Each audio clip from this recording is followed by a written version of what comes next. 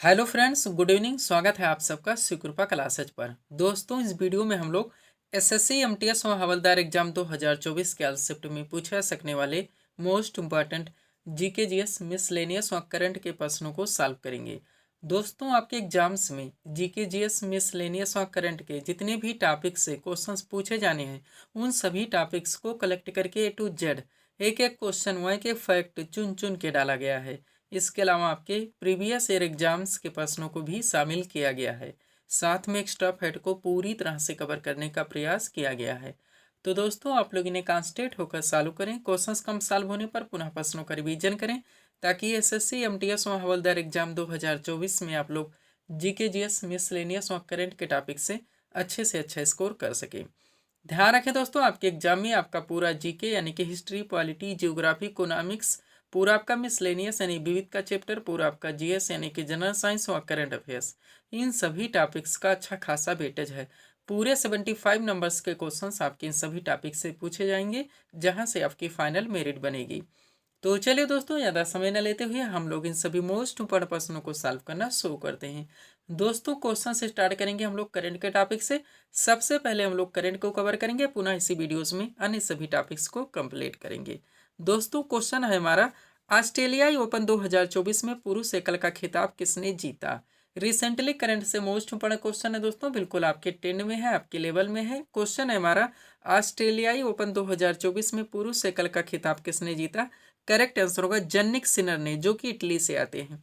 अब चूंकि दोस्तों रिसेंटली करंट से हमारा क्वेश्चन आया हुआ है, तो इस टॉपिक से जितने भी क्वेश्चंस बनते हैं, अधिकांश प्रश्नों को हम लोग यहीं पे कवर करेंगे। यही हमारे प्रिपरेशन की स्ट्रेटजी है दोस्तों, कि जिस भी टॉपिक्स को हम लोग उठाएंगे, उस टॉपिक्स के अधिकांश प्रश्नों को पूरे एक्स्ट्रा फैक्ट के साथ वहीं पे कवर करेंगे। ध्यान दीजिएगा दोस्तों, आप लोग सारे क्वेश्चन सेलेक्ट रखे गए हैं। पहला क्वेश्चन है हमारा, वैश्विक शांति सूचकांक यानी कि ग्लोबल पीस इंडेक्स 2024 में भारत कौन से स्थान पर है। करेक्ट आंसर होगा 116वें स्थान पर। आपके हर टॉपिक से दोस्तों यहाँ पे सुपर क्वेश्चंस लगाए गए हैं। आप लोग सभी प्रश्नों को पूरी तरह से रिवाइज जरूर करेंगे। आगे बढ़िएगा। क्वेश्चन है हमारा, किसे भारतीय वाणिज्य उद्योग महासंघ यानी कि फिक्की के नए महानिदेशक के रूप में नियुक्त किया गया है। करेक्ट आंसर होगा ज्योति विश को। नेक्स्ट, कौन सा देश 2025 में जूनियर हॉकी विश्व कप की मेजबानी करेगा। तो भारत है, ध्यान रखेंगे। अगला क्वेश्चन, भारत के नए सड़क और परिवहन मंत्री यानी कि road transport and highways minister कौन बने हैं। करेक्ट आंसर होगा नितिन गडकरी। नेक्स्ट, जून 2024 में किसने चौथी बार आंध्र प्रदेश के मुख्यमंत्री के रूप में शपथ ली है। तो एन चंद्रबाबू नायडू है। नेक्स्ट, जून 2024 में किसे भारत का नया सेना प्रमुख नियुक्त किया गया है। करेक्ट आंसर होगा उपेंद्र द्विवेदी को। हर क्वेश्चंस को आप लोग पूरी तरह से प्रिपेयर रखेंगे। ये आपके सुपर क्वेश्चंस हैं दोस्तों, जिनको हम लोग एक साथ कंप्लीट कर रहे हैं। Nelson Mandela life time achievement पुरस्कार 2024 से सम्मानित होने वाले पहले भारतीय कौन बने हैं। करेक्ट आंसर होगा विनोद गनात्रा। अगला क्वेश्चन, जून 2024 में राष्ट्रीय योग ओलंपियाड का उद्घाटन किस राज्य में हुआ है। तो कर्नाटक में। नेक्स्ट, भारतीय नौसेना के नए उप प्रमुख कौन बने हैं। करेक्ट आंसर होगा कृष्णा स्वामीनाथन। अगला क्वेश्चन, अंतर्राष्ट्रीय श्रमिक दिवस यानी कि इंटरनेशनल लेबर डे 2024 कब मनाया गया है। करेक्ट आंसर होगा 1 मई को। नेक्स्ट, 50वें G7 शिखर सम्मेलन 2024 का आयोजन कहाँ किया गया है। तो फसानो इटली में। ध्यान रखेंगे। नेक्स्ट, जून 2024 में समाचारों में रहा सुहेलवा वन्यजीव उद्यान किस राज्य में स्थित है। तो उत्तर प्रदेश में। और दोस्तों, जून 2024 में किस अंतरिक्ष एजेंसी ने मंगल ग्रह पर बर्फ की खोज की है। तो यूरोप की अंतरिक्ष एजेंसी, जिसका नाम है ESA। सब क्वेश्चंस आप लोग पूरी तरह से प्रिपेयर रखेंगे। हम आपको बताना चाहेंगे दोस्तों, आपके एग्जाम में जो 75 नंबर्स के क्वेश्चंस का वेटेज है, जहां से आपकी फाइनल मेरिट बनेगी, इनके पूरे पाठ्यक्रम को हमारे द्वारा अपडेट कर लिया गया है और ये सारे PDF अभ्यर्थियों को दिए जा रहे हैं। अगला क्वेश्चन है हमारा, द कॉन्स्पिरेसी नामक पुस्तक के लेखक कौन है। करेक्ट आंसर होगा गोटबाया राजपक्षे। नेक्स्ट, राष्ट्रीय अनुसूचित जाति आयोग यानी कि NCSC का अध्यक्ष किसे नियुक्त किया गया है। करेक्ट आंसर होगा किशोर मकवाना को। अगला क्वेश्चन, उत्तर भारत का पहला सरकारी होम्योपैथिक कॉलेज कहाँ स्थापित किया जाएगा। करेक्ट आंसर होगा जम्मू कश्मीर में। और व्लादिमीर पुतिन किस देश के 5वीं बार राष्ट्रपति बने। तो रूस के। थोड़े क्वेश्चन और करंट के हैं, पुनः हम लोग अगले टॉपिक्स की ओर बढ़ेंगे। नेक्स्ट, डायना मेमोरियल अवार्ड 2024 से किसे सम्मानित किया गया। करेक्ट आंसर होगा उदय भाटिया को, जो कि दिल्ली से आते हैं, और मानसी गुप्ता, जो कि हरियाणा से आती है। दोनों नाम ध्यान रखेंगे। नेक्स्ट, महिला प्रीमियर लीग 2024 यानी कि WPL 2024 का खिताब किस टीम ने जीता? तो रॉयल चैलेंजर्स बेंगलोर ने जीता है। वो विजेता कौन रहा है आप लोग कमेंट करके जरूर बताएंगे और कमेंट जरूर कीजिए, जुड़ने का प्रयास कीजिए। मोस्ट मार्क क्वेश्चंस पे कमेंट बोला आता है दोस्तों। कमेंट करने के लिए आप करते क्या है, क्वेश्चंस को याद करते हैं, याद नहीं होता तो सर्च करते हैं और फिर कमेंट में डाल के कमेंट करते हैं। ऐसा करने से ऐसे क्वेश्चन से आप लोग ज़्यादा से ज़्यादा दिनों तक प्रिपेयर रहते हैं। नेक्स्ट, 33वें सरस्वती सम्मान 2023 से किसे सम्मानित किया गया है? करेक्ट आंसर होगा प्रभा वर्मा को। आगे बढ़िएगा, क्वेश्चन है हमारा पहला अंतर्राष्ट्रीय खेल दिवस 2024 मोस्ट क्वेश्चन है। पहला अंतर्राष्ट्रीय खेल दिवस 2024 कब मनाया गया है? 11 जून को। नेक्स्ट, वैश्विक पवन दिवस 2024 हाल ही में कब मनाया गया है? 15 जून को। और विश्व मरुस्थलीकरण एवं सूखा रोकथाम दिवस 2024 कब मनाया गया है? 17 जून को। वह हाल ही में संघ लोक सेवा आयोग यानी कि यूपीएससी की नई अध्यक्ष कौन बनी है? करेक्ट आंसर होगा प्रीति सूदन। ध्यान रखेंगे, ये हमारे करंट के क्वेश्चन थे जिनको हम लोगों ने एक साथ कंप्लीट किए। आगे बढ़ेंगे, थोड़ा सा पीडीएफ के बारे में बात होगी। पुनः दोस्तों हम लोग अगले टॉपिक्स की ओर बढ़ेंगे। ध्यान दीजिएगा, एसएससी एग्जाम्स और रेलवे एग्जाम्स का ऑल इन वन पीडीएफ हमारे द्वारा पूरी तरह से कंप्लीट कर लिया गया है। इस पीडीएफ को बनाने में दोस्तों आपके एसएससी और रेलवे के विभिन्न एग्जाम्स के प्रीवियस ईयर एग्जाम्स के क्वेश्चंस को भी पूरी तरह से एनालाइज किया गया है। इसके अलावा दोस्तों आपके क्वेश्चंस के वेटेज को, उनके लेवल को, उनकी ट्रेंड को भी पूरी तरह से ध्यान में रखा गया है। इनमें आपकी बहुत सारी वैकेंसीज लगी हैं दोस्तों। सीजीएल की बात की जाए तो टियर 1 हो चुका है, टियर 2 की तैयारी है। एसएससी एमटीएस आपका दोस्तों एग्जाम होने जा रहा है और एसएससी जीडी भी आपकी लग चुकी है। आरपीएफ कांस्टेबल वैसा ही आपका रेलवे में, इसके अलावा एलपी टेक्नीशियन और दोस्तों एनटीपीसी ग्रुप डी, इनमें से किसी भी वैकेंसीज में अच्छी फाइट के लिए आप इस पीडीएफ को परचेज कर सकते हैं।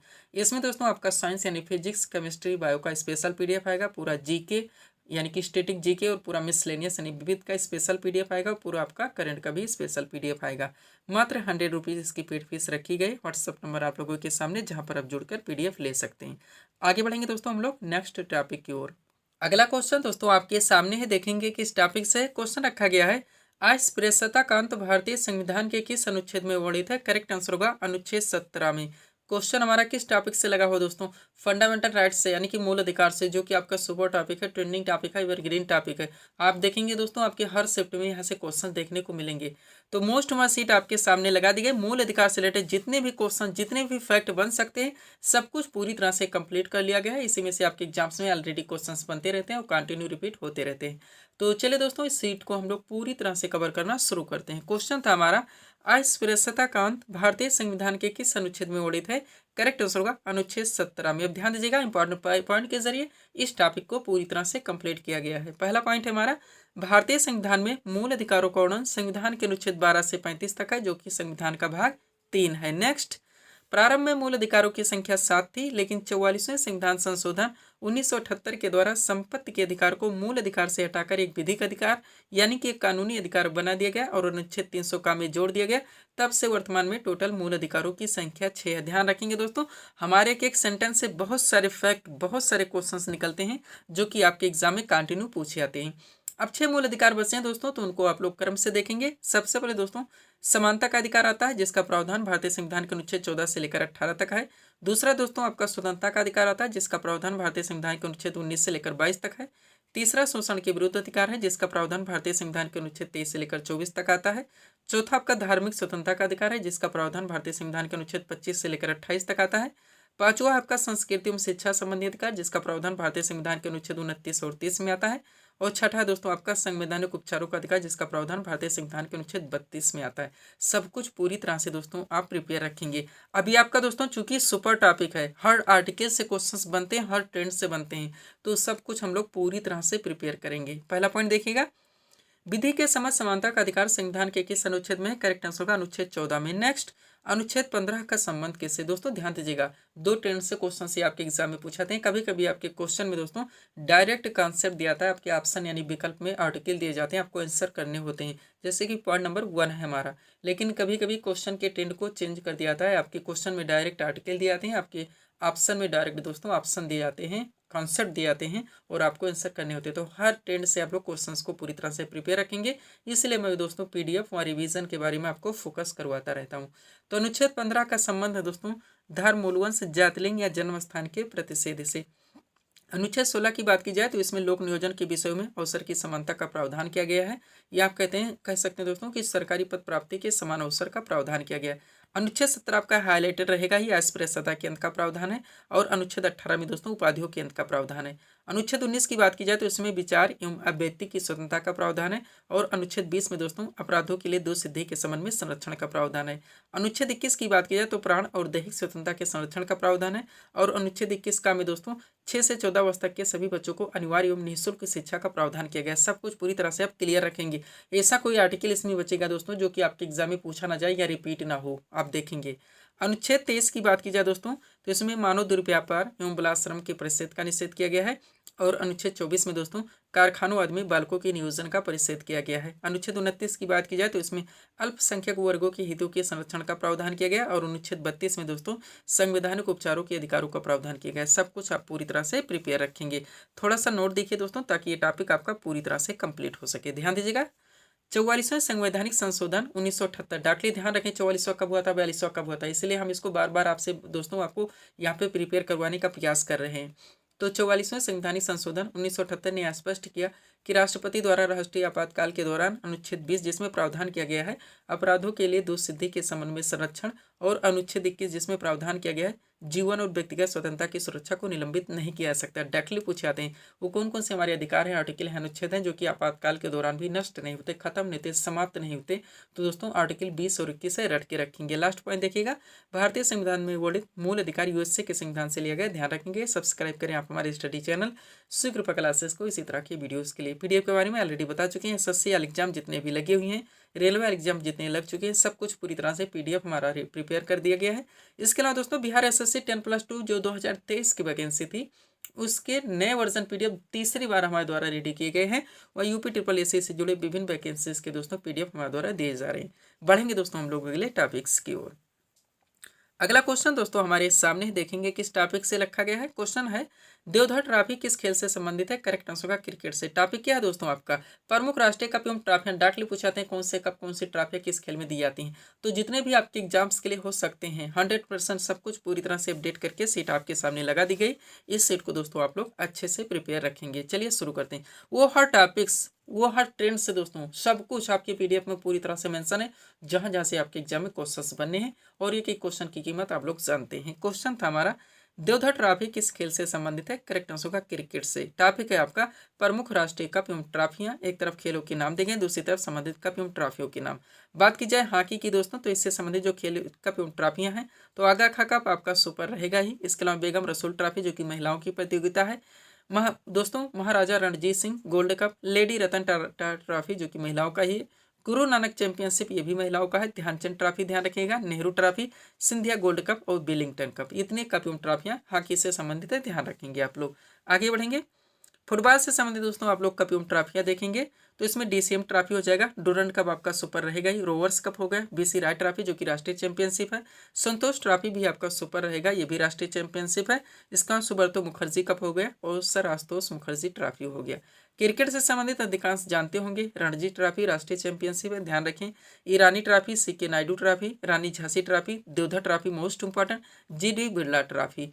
टेबल टेनिस से संबंधित देखेंगे तो वारनाबेले कप जो कि पुरुषों की प्रतियोगिता है, जयलक्ष्मी कप महिलाओं का है, राजकुमारी चैलेंज कप जूनियर पुरुष महिला का है और रामानुज ट्रॉफी दोस्तों जूनियर पुरुष का है। बैडमिंटन से संबंधित आपका नारंग कप हो जाएगा, चड्ढा कप हो गया, अमृत दीवान कप हो गया। बास्केटबॉल से संबंधित नेहरू कप, फेडरेशन कप। ध्यान रखेंगे जितने हम फैक्ट दे रहे हैं पूरी तरह से अगर आप प्रिपेयर रखते हैं तो दोस्तों आपके क्वेश्चन मिस नहीं हो सकते। पीडीएफ को इस तरह से दोस्तों डिजाइन किया गया है कि पढ़ने में भी आपको अच्छा लगेगा और याद भी होगा।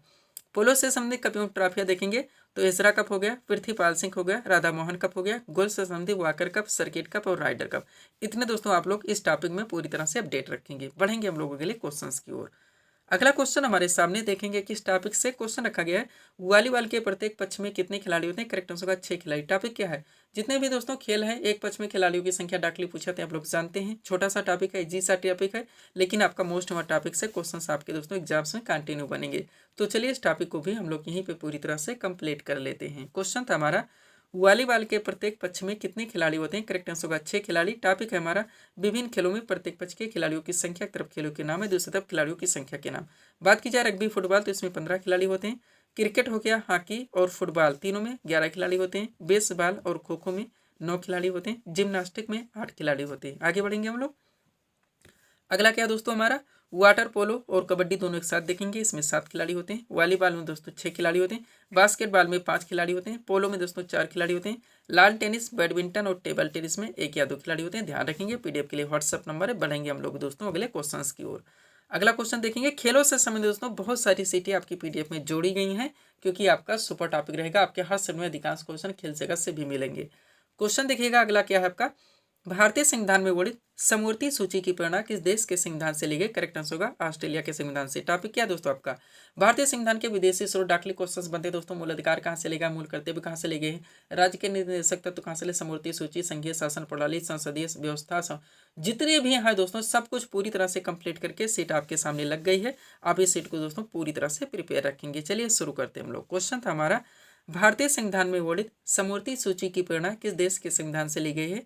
करेक्ट आंसर होगा ऑस्ट्रेलिया के संविधान से। टॉपिक हमारा भारतीय संविधान के विदेशी स्रोत। स्टार्ट करते हैं हम लोग ब्रिटेन के संविधान से। तो संसदीय शासन पद्धति आपका मोस्ट इंपोर्टेंट, विधि का शासन, मंत्रिमंडलीय प्रणाली, एकल नागरिकता आपका सुपर रहेगा ही, द्विसंधीय प्रणाली, विधायी प्रक्रिया और संसदीय परमाधिकार व परमाधिकार लेख, ये दोस्तों इतने प्रावधान या उपबंध ब्रिटेन के संविधान से लिए गए हैं। अमेरिका के संविधान से देखेंगे आप लोग तो देशिका का विचार, न्याय पुनर्वलोकन, न्यायपालिका की स्वतंत्रता, मूल अधिकार आपका सुपर रहेगा ही, उपराष्ट्रपति का पर, राष्ट्रपति पर महाभियोग और उच्चतम न्यायालय तथा उच्च न्यायालय के न्यायाधीशों के हटाए जाने के उपबंध, ये इतने प्रावधान दोस्तों अमेरिका यानी कि यूएसए के संविधान से लिए गए हैं। आगे बढ़िएगा, आयरलैंड के संविधान से देखेंगे दोस्तों आप लोग तो नीति निर्देशक तत्व आपका सुपर रहेगा, राष्ट्रपति की निर्वाचन पद्धति, राज्यसभा में कुछ सदस्यों का नामांकन, ये प्रावधान आयरलैंड के संविधान से ले गए। कनाडा के संविधान से सशक्त केंद्र के साथ संघीय व्यवस्था, राष्ट्रपति द्वारा राज्यपालों की नियुक्ति, उच्चतम न्यायालय का परामर्शी न्याय निर्णय और अवशिष्ट शक्तियों का केंद्र में निहित होना, ये प्रावधान कनाडा के संविधान से लिए गए। ऑस्ट्रेलिया के संविधान से संसद के दोनों सदनों की जो संयुक्त बैठक कराई थी, उद्देश्य की भाषा, व्यापार, वाणिज्य और समागम की स्वतंत्रता तथा समवर्ती सूची आपका सुपर रहेगा। ये इतने प्रावधान ऑस्ट्रेलिया के संविधान से लिए गए। यही वजह है दोस्तों हम ऑप्शन यानी विकल्प लगाकर कभी आपको नहीं पढ़ाते, क्योंकि विकल्प से सारी चीज़ें आपकी कभी क्लियर नहीं हो सकती। केवल दोस्तों कन्फ्यूजन होगा, टाइम टेकिंग होगा, आपके किसी मतलब का नहीं निकलेगा। जापान के संविधान से विधि द्वारा स्थापित प्रक्रिया, फ्रांस के संविधान से गणतंत्र की अवधारणा का प्रावधान। आगे बढ़ेंगे, अगला आपका क्या दोस्तों, दक्षिण अफ्रीका के संविधान से देखेंगे तो संविधान संशोधन की व्यवस्था तथा राज्यसभा के सदस्यों का निर्वाचन, ये प्रावधान दक्षिण अफ्रीका के संविधान से ली गई हैं। रूस यानी पूर्व सोवियत संघ के संविधान से देखेंगे मूल कर्तव्य होगा आपका, तथा प्रस्तावना में जो सब जुड़े गए सामाजिक, आर्थिक और राजनीतिक, ये प्रावधान दोस्तों रूस यानी कि पूर्व सोवियत संघ के संविधान से ले गए। इतना आप लोग यहाँ से प्रिपेयर रखते हैं, आपके क्वेश्चन मिस नहीं हो सकते। अगला क्वेश्चन आपके सामने देखेंगे किस टॉपिक से क्वेश्चन रखा गया है, वित्त आयोग यानी कि फाइनेंस कमीशन का प्रावधान भारतीय संविधान के किस अनुच्छेद में वर्णित है? करेक्ट आंसर होगा अनुच्छेद 280 में।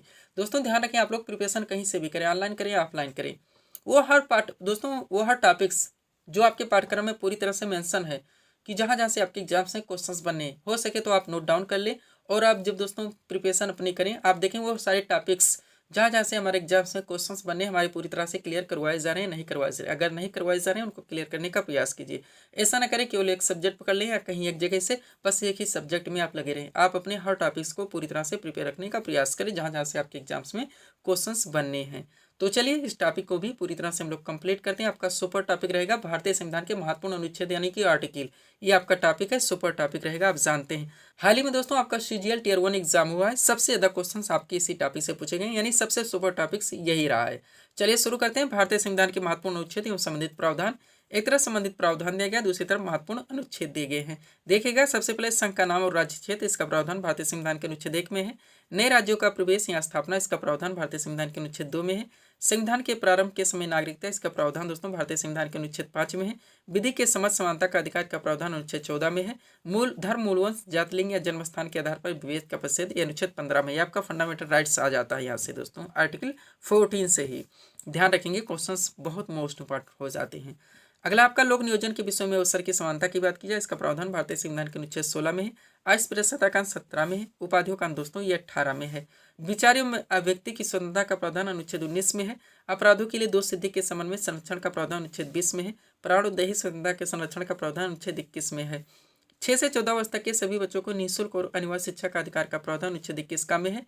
अल्पसंख्यक वर्गों के हितों के संरक्षण का प्रावधान अनुच्छेद 29 में। ध्यान रखेंगे आप लोग। आगे बढ़ते हैं। अगला क्या है आपका, संवैधानिक उपचारों का अधिकार, जिसका प्रावधान भारतीय संविधान के अनुच्छेद 32 में। सामान्य तथा निःशुल्क विधिक सहायता सुपर रहेंगे सारे दोस्तों, ध्यान रखिएगा, आर्टिकल 39 का में है।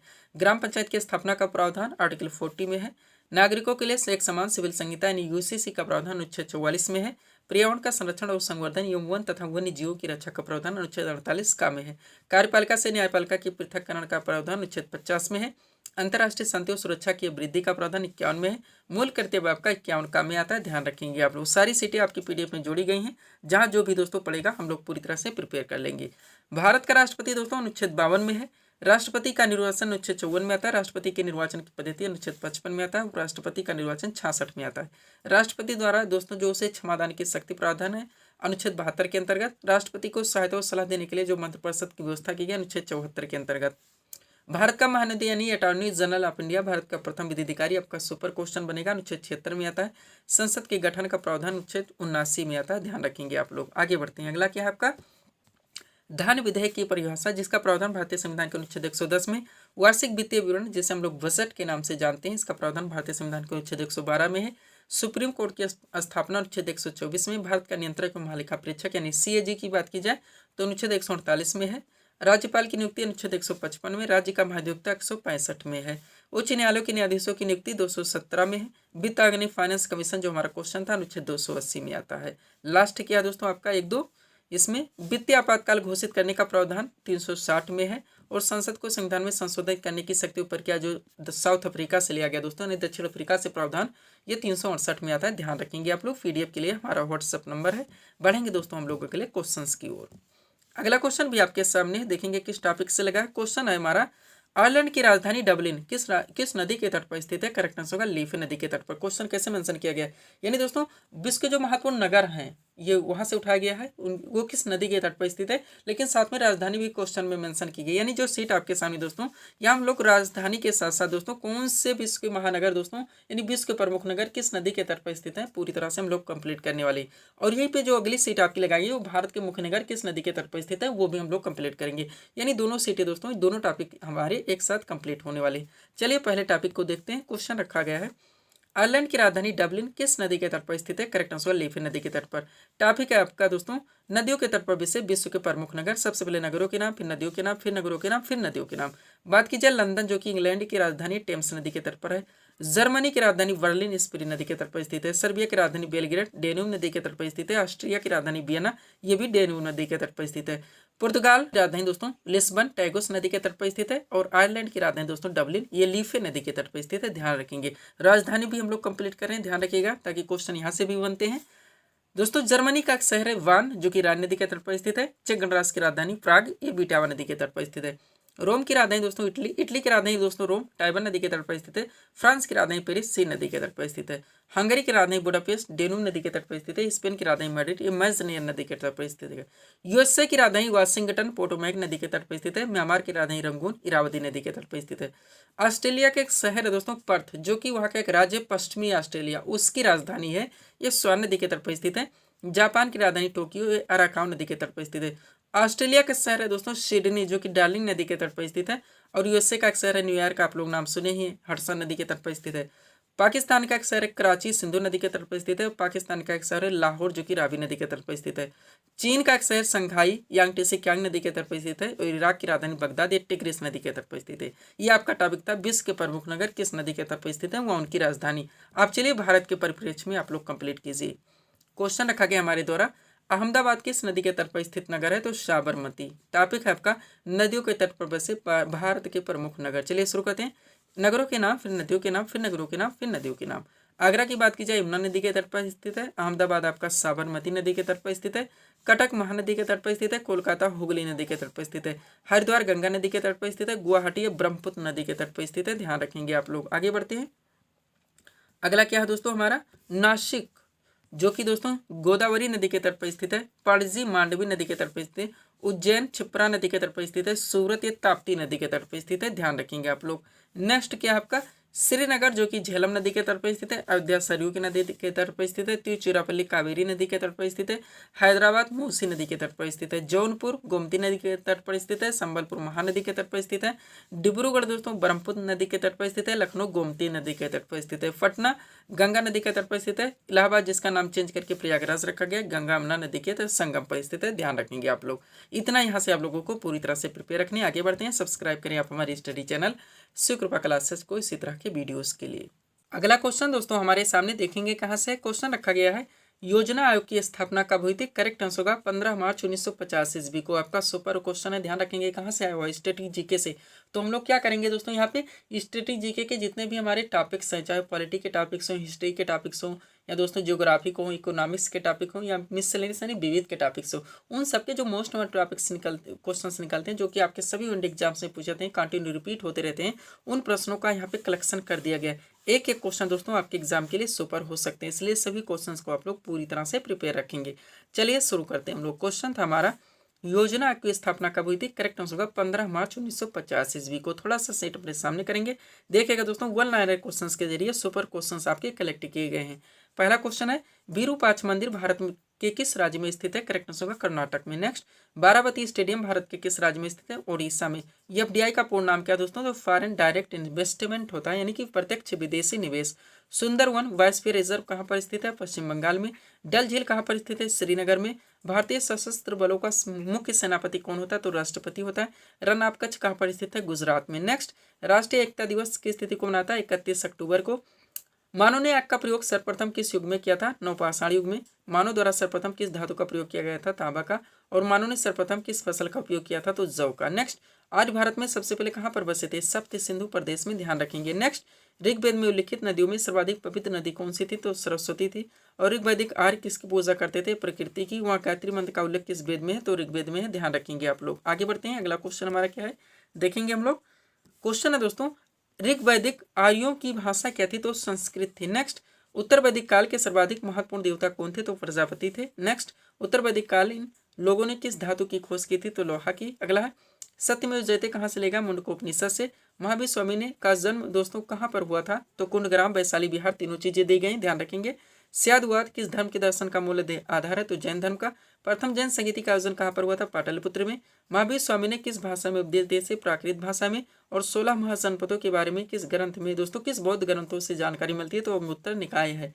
मौर्य काल में बिस्टी किसे कहा जाता था? निःशुल्क श्रम को। शीशे के सिक्के किस राजवंश के शासकों ने चलाए थे? तो सातवाहन। किस गुप्त शासक को कविराज कहा जाता था? तो समुद्रगुप्त को। चीनी यात्री फायान किसके शासनकाल में भारत आया था? चंद्रगुप्त द्वितीय के। गुप्तकालीन नवरत्न किस शासक के दरबार में थे? तो चंद्रगुप्त द्वितीय के। और चीनी यात्री ह्वेनसांग किसके शासनकाल में भारत आया था? तो हर्षवर्धन के। सब कुछ पूरी तरह से आपको प्रिपेयर रखनी है। आगे बढ़िएगा, अगला हमारा क्वेश्चन है दोस्तों, प्रयाग प्रशस्ति की रचना किसने की थी? हरिसेन ने। स्थानीय स्वशासन किसके प्रशासन की मुख्य विशेषता थी? तो चोलों की। एकतादारी प्रथा किसने प्रारंभ की? इल्तुतमिश ने। तृतीय हिंद किसे कहा जाता था? मीर खुसरो को। 1336 ईस्वी में विजयनगर साम्राज्य की स्थापना किसने की थी? हरिहर तथा बुक्का ने। अब कब की थी? 1336 में, क्वेश्चन में ही मेंशन कर दिया गया है। अकबर ने दीन इलाही का प्रवर्तन किस वर्ष में किया था? 1582 में। कब किया था दोस्तों? 1582 में। किसने किया था? अकबर ने, क्वेश्चन में ही मेंशन है। बिना उपग्रह वाले ग्रह कौन से? बुध एवं शुक्र है। सी ऑफ ट्रंक्विलिटी कहाँ पर स्थित है? चंद्रमा पर। पृथ्वी की ऊपरी परत को क्या कहा जाता है? भूपर्वत या क्रस्ट। रिक्टर स्केल से क्या मापा जाता है? भूकंप की तीव्रता।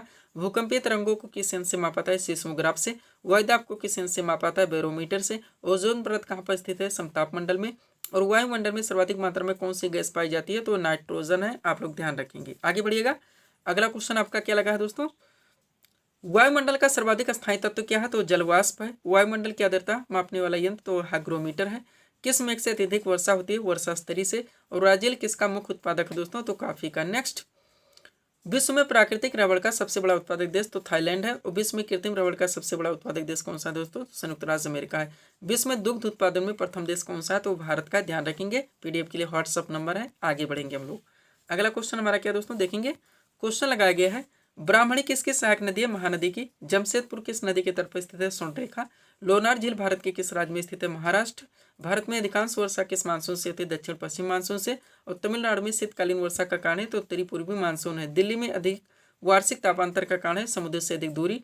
भारत का सबसे बड़ा चावल उत्पादक राज्य तो पश्चिम बंगाल है। भारत का सबसे बड़ा मूंगफली उत्पादक राज्य गुजरात है। और सर्वाधिक जूट का उत्पादन भारत के किस राज्य में होता है? तो पश्चिम बंगाल में।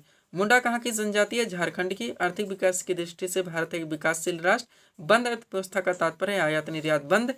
अर्थव्यवस्था के प्राथमिक क्षेत्र में शामिल किया जाते हैं तो कृषि, वानिकी, मत्स्य, खनन व उत्खनन, पांचों ध्यान रखें। द्वितीय सेक्टर क्या है? हमारा औद्योगिक सेक्टर है, यानी निर्माण व पुनर्निर्माण। तृतीय सेक्टर हमारा सेवा क्षेत्र है, जैसे बैंकिंग हो गया, रेलवे हो गया, सारी चीजें आ जाती हैं, ध्यान रखेंगे।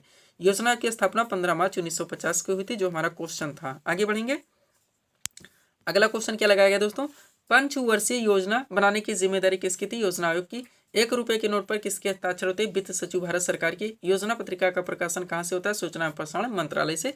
ध्यान रखेंगे आप लोग।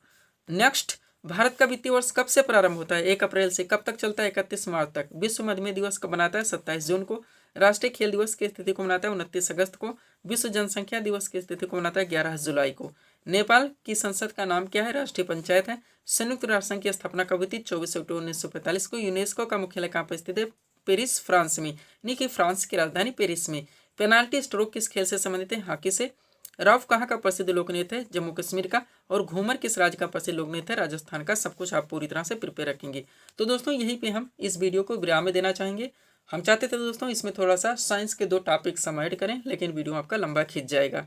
तो सब्सक्राइब करें दोस्तों आप हमारी स्टडी चैनल शिव कृपा क्लासेस को इसी तरह के वीडियोस के लिए। मिलते हैं दोस्तों हम लोग नेक्स्ट वीडियोस में। Thanks for watching.